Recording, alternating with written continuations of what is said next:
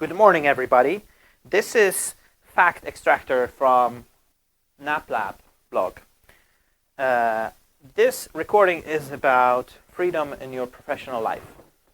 I have been in the freedom movement for a number of years, and in general, I consider myself an ambitious person. So I have thought about this a lot, and I don't think I discovered all there is to discover about this, or probably not even a small fraction of it, but I would like to share my thoughts with you anyway, and I hope some of you maybe will find it useful. So basically, I think there are three approaches to freedom in your professional life. The first approach is to be what I call a geek. And a geek is someone who loves what they're doing. So you could be a math geek, or you could be a medicine geek, or you could be a music geek, or just like all sorts of ways in which people could be geeky. And so for example, I even know people who are geeky about pricing reinsurance contracts. It's like there's an amazing diversity of people out there, and different people love different things. So if the thing you're geeky about produces money, then I think you are there. Like you do not need more freedom in your life then. If the things you like the most, if you wake up in the morning and the things you want to do the most is to go to work and do your geeky thing, then I don't think you need freedom, because freedom is for those of us who need to experiment and try new things and change things and take different approaches. And if you've already found your happiness, then you don't need to look anymore. I think just stay where you are, like keep doing that. Keep getting better at that, keep growing, keep enjoying, and that's it. You're there, man. And I do think, though, that it's wise to keep in mind that who you are now, you may not be this person in 10 years' time or 20 years' time. So even if you're really geeky about something, it's worth thinking about. Am I still going to enjoy that in 20 years? And it's worth planning for what's going to happen next.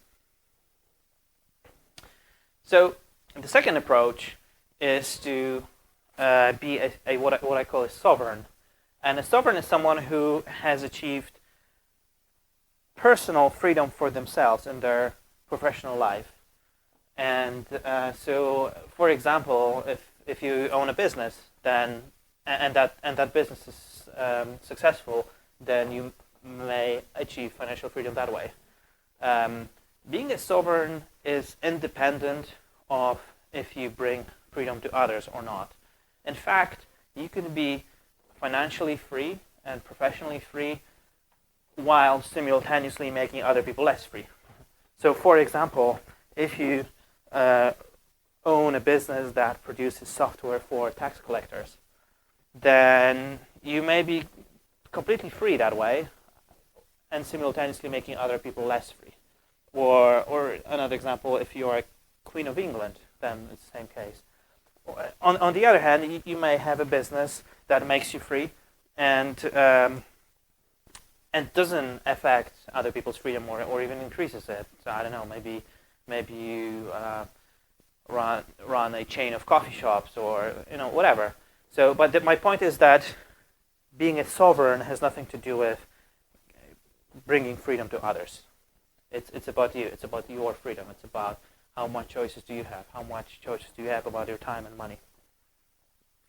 I think that the easiest way to become a sovereign is to start and own a business. And this business has to be focused on meeting other people's needs for it to be stable. And it has to be the type of business that can exist to some extent independently of you.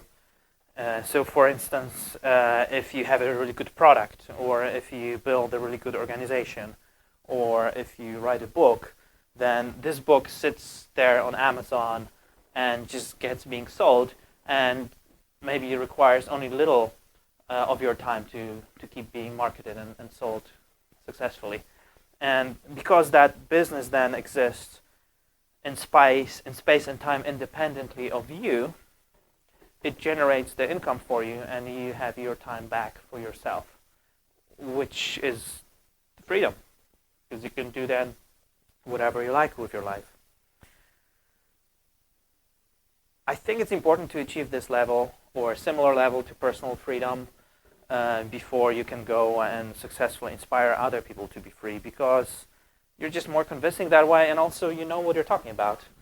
And I think it's important to do that if you want to have followers.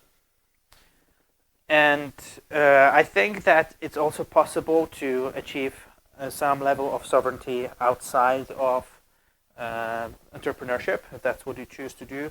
I think it's harder and more risky, and it's not, I don't think it would work for me, but I think some people could achieve some sovereignty by being successful in a corporation or even a government, especially if they focus on figuring out how their organization works and help the organization achieve its objectives. Then they could get promoted quickly and retire early, or figure out a way to maybe work less, maybe work part-time, and this way have some time back for themselves. And the third approach to freedom in your professional life is to become what I call a sage. And a sage is someone who is inspiring other people to become more free. It's not anymore about their personal freedom. It's about bringing freedom to others. And I want to say that if you are a sage, that I love you for that. I think you can be a successful sage if you first achieve some degree of personal sovereignty. I think it would be hard to do that otherwise, although I don't know, actually. I don't know, maybe it is possible. So if you're a sage, then you could do that through media, podcasting, writing. You could do it by being an artist. Artists have a lot to contribute to spreading of ideas and values. Musicians have done a lot.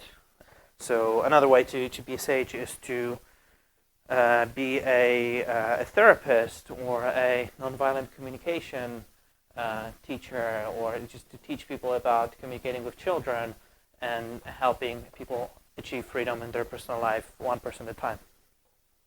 Okay, so I think you need to discover which of these three types of freedom you want to achieve in your career. So are you a geek? Are you a sovereign? Are you a sage? And that's something you need to discover about yourself.